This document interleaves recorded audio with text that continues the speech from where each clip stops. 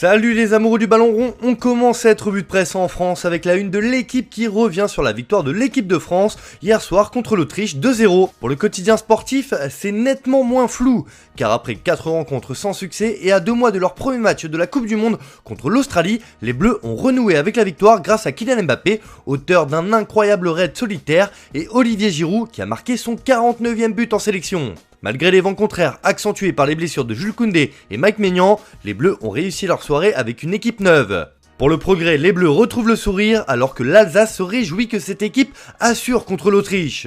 Ce succès traverse d'ailleurs les Alpes et c'est le Corriere dello Sport qui rend un bel hommage aux Français en estimant qu'avec Mbappé et Giroud, c'est la France mondiale. On continue les résultats de la veille avec la Belgique qui s'est imposée contre le Pays de Galles, toujours dans le groupe A de la Ligue des Nations. Une victoire 2-1 pour les Diables Rouges et surtout quelques belles étincelles comme le résume la dernière heure sur sa couverture. Pour The Guardian, les Gallois ont fait preuve d'esprit de combat. La Belgique de De Bruyne tient bon après le retour du Pays de Galles. Enfin, pour être complet, les Pays-Bas se sont imposés 2-0 contre la Pologne. Pour The Telegraph, les Oranges font un pas de géant en prenant la tête de leur groupe avec 3 points d'avance sur la Belgique.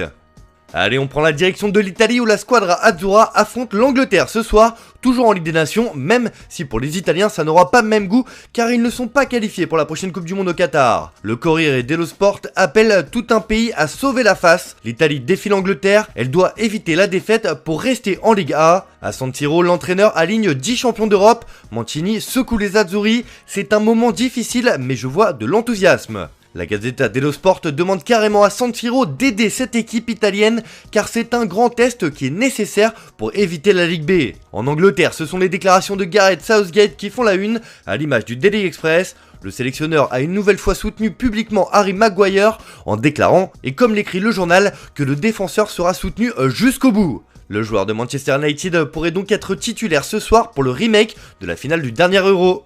On file en Espagne où Mundo Deportivo fait une grande annonce dans le dossier Antoine Griezmann. Alors que le FC Barcelone et l'Atlético de Madrid se livrent une guerre autour de l'international français, le quotidien catalan annonce que ça négocie pour Griezmann. Le Barça ne veut pas aller en justice et cherchera un accord avec l'Atleti pour Antoine. Le club veut 25 millions d'euros minimum et aimerait conclure un accord avant de se rendre au Metropolitano le 7 janvier. Les tractations vont dans le bon sens et devraient libérer Griezmann avant la Coupe du Monde si cela est résolu. Du côté de As, on s'inquiète de la vague de blessures qui touche le Barça actuellement. Koundé et Depay viennent grossir les rangs à moins d'un mois du Classico, déplore le canard madrilène. En revanche, pour Marca, le Real Madrid est conscient du renouveau barcelonais et fixe la barre haute pour cette saison. Le staff a prévenu les joueurs, nous aurons besoin d'au moins 90 points pour remporter la Liga. L'objectif est fixé. On reste en Espagne avec le mercato du Barça qui fait la une de Sport ce matin et le quotidien catalan nous apprend qu'une pépite brésilienne se rapproche. Il s'agit d'Hendrick, jeune crack de 16 ans de Palmeiras. L'idée du club catalan serait de boucler le transfert l'été prochain avant une arrivée du joueur en 2024. Rencontre au sommet entre Barcelone et les représentants du joueur pour analyser sa future signature. Le club veut garder un œil sur le jeune attaquant qui est également ciblé par d'autres grands clubs. La clause libératoire de la future star Auri Verde est estimée à 32 millions d'euros intégrés dans son premier contrat pro. Le Barça veut faire un coup à la Vinicius Junior au Real Madrid et permettre le développement de ce jeune joueur dans les meilleures conditions. Reste à savoir comment cela se déroulera dans les prochains mois et si le Barça arrivera à ses fins. Allez, on termine ce tour de la presse par la sombre histoire et surtout l'affaire qui touche la famille Pogba depuis plusieurs semaines.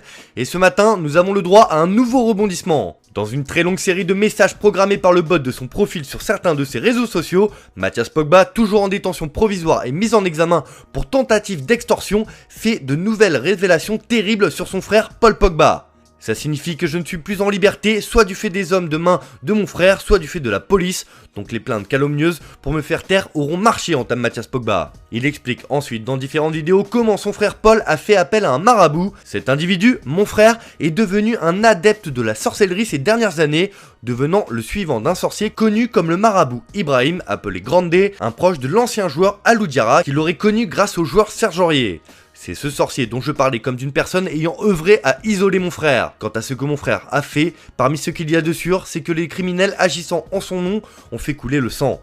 Mon frère, à plusieurs reprises, a jeté des sorts à ses coéquipiers, dont le prodige Kylian Mbappé, que ce soit par jalousie ou pour gagner une rencontre. Le problème était que Paul faisait tout pour se rapprocher de Kylian, comme on pouvait le voir dans les médias, prétendant l'apprécier et être son ami, poursuit Mathias. Il l'appelait souvent, on les voyait bras dessus, dessous.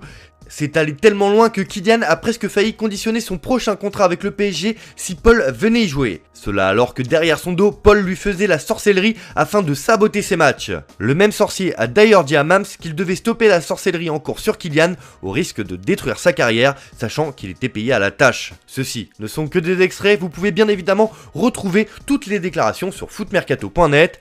Voilà, c'est tout pour aujourd'hui, bonne journée à tous, on se retrouve cet après-midi pour le JT Foot Mercato.